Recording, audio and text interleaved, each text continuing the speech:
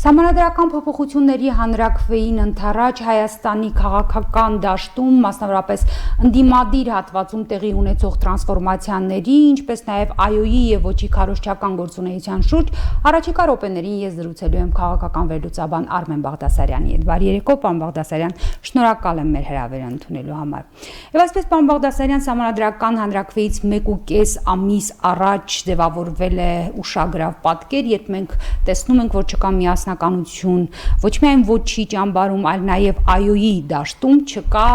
ինչպես տեսնում ենք, կողմնակից ուժերը փորձում են անհատապես առանցին գոնե ֆորմալ առումով քարոզչություն իրականացնել, սակայն այդ հակասությունները առավել ցցուն են ընդդիմադիր դաշտում,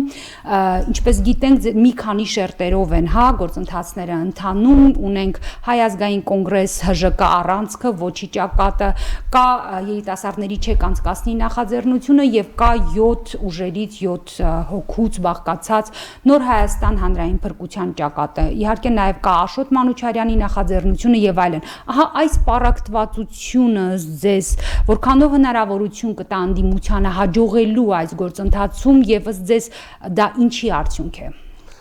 Նախ բարև ձեզ, ասեմ պարակտվածության մասին։ Իրենք ասում են, որ իրենք պարակտված չեն։ Ասում են ընդհանրապես տակտիկական տարաձայնություններ կան եւ ես հիմքեր չունեմ չհավատալու առայժմ։ Այսինքն իրենք ասում են ընդհանրապես մենք տարբեր կողմերից ենք մոտենում նույն հարցին, որովհետև նպատակը նույնն է։ Պարոն Բաղդասարյան, եթե մեկը առանց այդ էլ շատ չեն հանրահավաքները, ինչպես տեսանք, գրեթե մեկ ամսյա ինտերվալով է նախորդը Գյումրիում արվեց, եւ եթե այդ տարբեր ուժերի ներկայացուցիչները մեկը մյուսի հանրահավաքին փաստորեն նույնիսկ չեն ցանկանում մասնակցել, արդյոք դա չի խոսում, որ կա այդ պարակտվածությունը։ Անձամից դա դուր չի գալիս, որ ավելի լավ կլիներ պարակտված չլինեին, միասնական հանրահավաք անեին, միասնական էլ քարոզչություն անեին։ Առանց այդ էլ շատ ռեսուրսներ չունեն։ Բայց գիտեք, ես ինչու եմ մի քիչ լավատես այդ հարցում, որովհետև եթե մենք անդրադառնում ենք քարոզչությանը, տեսեք ինչ է տեղի ունենում։ Այո, ԱՅՈ-ի ճակատում էլ ոչ թե պարակտում կա, միասնություն չկա։ Ինչու չկա, որովհետև ԱՅՈ-ի քարոզարշավում նրանք ասելու բան չունեն, այսինքն ինչ պիտի ասեն։ Եվ ըստ էության շատ մեծ մտավախություններ էլ չունեն։ Տեքստ չունեն ասելու։ Ինչ պիտի ասեն, օրինակ պիտի ասեն, որ կառավարման համակարգը վատներ, դրա համար մենք սահմանադրությունը փոխում չենք կարող այդպես ասել, որովհետև անմիջապես ինչ որ մեկը հարց կտա, չէ՞, ասի օրինակ, պարոն Սարգսյան, պարոն նախագահ, այդ դուք անձամբ ձեր իշխանության 8 տարիներից գոհ եք, այսինքն համարում եք դա հաջողված, ինչ պիտի ասի։ Եթե ասի հայո համարում եմ հաջողված, պիտի ասեն, բայց որ հաջողված են, ինչու եք փոխում։ Բայց պարոն Բաղդասարյան, այդ հարցի պատասխանը Սերժ Սարգսյանը տվել է եւ ոչ մեկ անգամ նա ասել է, իհարկե ուզում ենք անել ավելին, կարողացել ենք այսքանը, դա կարծում եմ խնդիր չի իշխանության համար, բայց վերադառնալով ընդդիմադիր հատվածի գործունեությանը, ինչ է կարծում, ինչու այսպիսի պատկեր ձևավորվեց, ինչու ի սկզբանե չկարողացան միավորվել եւ ուզում եմ անդրադառնանք առաջադրած տարբեր օրակարգերին, կոնկրետ ձեզ համար, որ օրակարգն է ավելի իրատեսական այս հանրաքվեն ցախողելու առումով։ Կարծում եմ պիտի միասնաբար լծվեին հանրաքվեին ոչ ասելու քարոզչությանը եւ ոչ թե ինչ այդ ճշում գործադրելու նահանջում,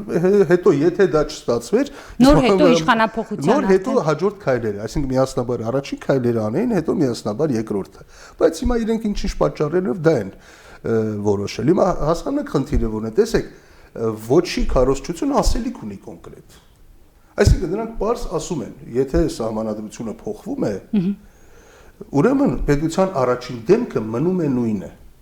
Այսինքն կապ չունի ազգային ժողովի նախագահի կարգավիճակով, թե իշխող կուսակցության կարգավիճակով, մնում է նույն, իսկ եթե սահմանադրությունը մնում է նույնը, պետության առաջին դեմքը փոխվում է 2018 թվականից հետո Սերժ Սարգսյանը այլևս առաջին դեմք չի լինելու։ Հանրապետական կուսակցության մեկ այլ ներկայացուցիչ կլինի, ինչու՞ է փոփոխությունը։ Բայց հասարակության ընկալումը ինչպես է, բոլորը գնահատում են, որ կարևորը առաջին դեմքն է։ Տեսեք, իհարկե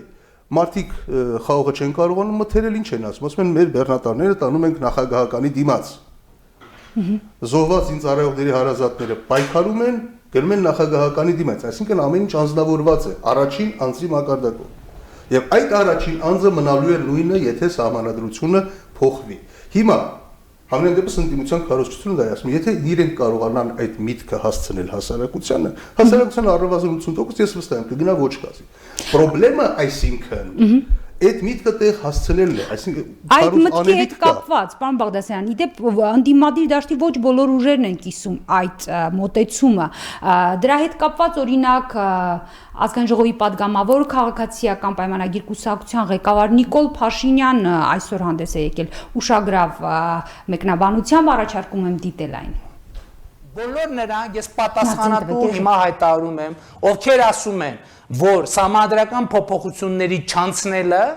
նշանակում է, որ Սերժ Սարգսյանի վերարտադրությունը խափանվեց, ես ուղղակի ասում եմ, խափում են ժողովրդի, լկտիաբար ստում են։ Բոլոր նրանք, ովքեր ասում են, որ այս սահմանադրությունը լավ սահմանադրություն, նրանք ովքեր ասում են, որ այ գիտեք, որ քանի որ այսքան ժամանակ մենք չենք դարել, սահմանադրական փոփոխություններով մենք շանս կունենանք երկիր դառնալու, նրանք նույնպես լկտիաբար ստում են։ Այսինքն ինձ համար երկու դիրքորոշումները այս առումով միանշանակ հավասար են, մի կետում երկուսն էլ կատարյալ լկտի սուտ են եւ այդ երկու դիրքորոշումներն էլ լկտի ձևով խափում են Հայաստանի Հանրապետության ժողովրդին։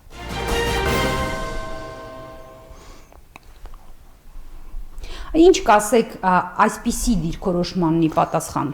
Նման դիրքորոշում էլ կարող է լինել, դե հիմա օրինակ մեկ այլ падգամավոր էլ Սամվել Ֆարմանյանը հանրապետական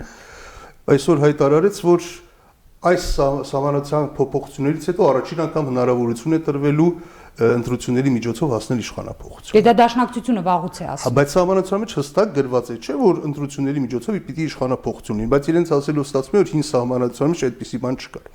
Այսինքն կարող են բազմաթիվ տեսակետ լինել։ Ամեն դեպքում ակնհայտ է, որ երկու հիմնական դիրքորոշումները դրանք են։ Եթե կան քաղաքական գործիչներ, որոնք գտնում են, որ նրանք էլ են սխալ, նրանք էլ են սխալ։ Ես չեմ կարծում, թե դա արժի այս պահին քննարկման առարկա դարձնել, որովհետև հիմնական հարցից դա շեղում է, հասարակության մեջ շեղում։ Օրինակ, պարոն Բաղդասարյան, որպես քաղաքական վերլուծաբան ձեր գնահատմամբ, իրապես արդյոք Սերժ Սարգսյանի կամ հանրապետական կուսակցության վերարտադրության շանսերը մեծանում են այս նոր փոփոխությունների ընդունման դեպքում, թե այդ շանսերը բավարար էին նաև գործող սահմանադրության դեպքում։ Խնդիրը կուսակցությունը չի։ Կուսակցությունը ոչինչ է, կուսակցությունը ցավոք սրտի։ Հայաստանի Հանրապետական կուսակցությունը, ինչպես ցանկացած այլ կուսակցություն այսօր Հայաստանում, զրո է, չկա այդպիսի բան։ Մարդկանց խումբ է, որը հավաքվել է օրվա իշխանավորի կողքին։ Եվ եթե վաղը մեկ այլ մարդ դառնա նախագահ, օրինակ ԲՀԿ-ից, այդ նույն հանրապետականի 80%, 90% կդառնա ԲՀԿ-ական։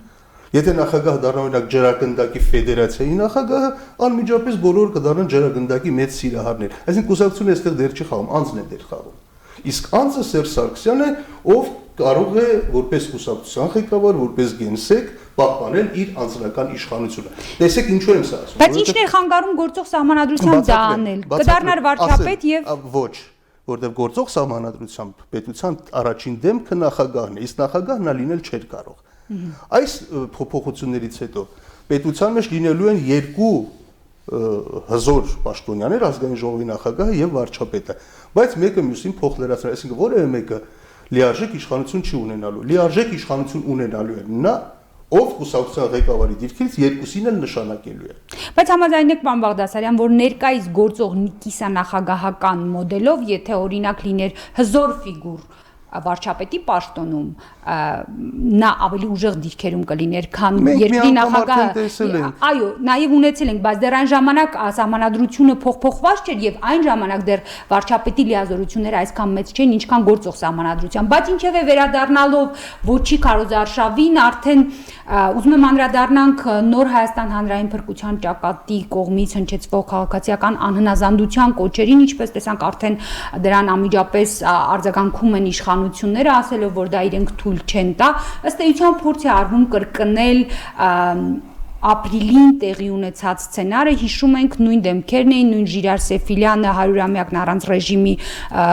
դարձյալ նման կոչերով հանդես եկավ, տեսանք թե ինչ եղավ։ Հիմա ինչ է կարծում, արդյոք ընդդիմությունը չի հաշվարկել սցենարի կրկնությունը, որ նման մարտավարությամբ է առաջ գնում, թե միգուցե իրականում շատ լավ հաշվարկել է եւ հաշվարկը հենց դրա վրա է հիմնված, որ իշխանությունները նորից կգնան նման բռնաճնշումների եւ դրանով ըստ էության այս հանրաքվեի լեգիտիմության վրա ստվեր կգծվի։ Ես կարծում եմ, որ իշխանությունները բռնաճնշումների չեն գնա, դա նրանց պետք չէ։ Ինչ վերաբերում է հանրաքվեի վրա ստվեր գծելուն, տեսակետներ որ կան, որ արդեն ստվեր է գծված, արդեն բազմաթիվ խախտումներ են եղել եւ այլն։ Ամեն դեպքում ես կարծում եմ, որ նրանք հաշվարկել են նաեւ այդ տարբերակը, որ բռնաճնշումներ կլինեն եւ հաշվարկել են, որ դրանից հետո համաժողովրդական պայքարի ալիքը միայն ավելի կհզորանա եւ process կառաջացնի, որովհետեւ իրենց պատկերացմամբ հիմա իրավիճակը շատ ավելի վատ է, քան 2008 թվականի մարտի 1-ից հետո սոցիալական վիճակը, ընդհանուր քաղաքական վիճակը եւ ներքաղաքական եւ արտաքին քաղաքական։ Բարձր շնորհակալություն ձեր մեկնաբանությունների համար։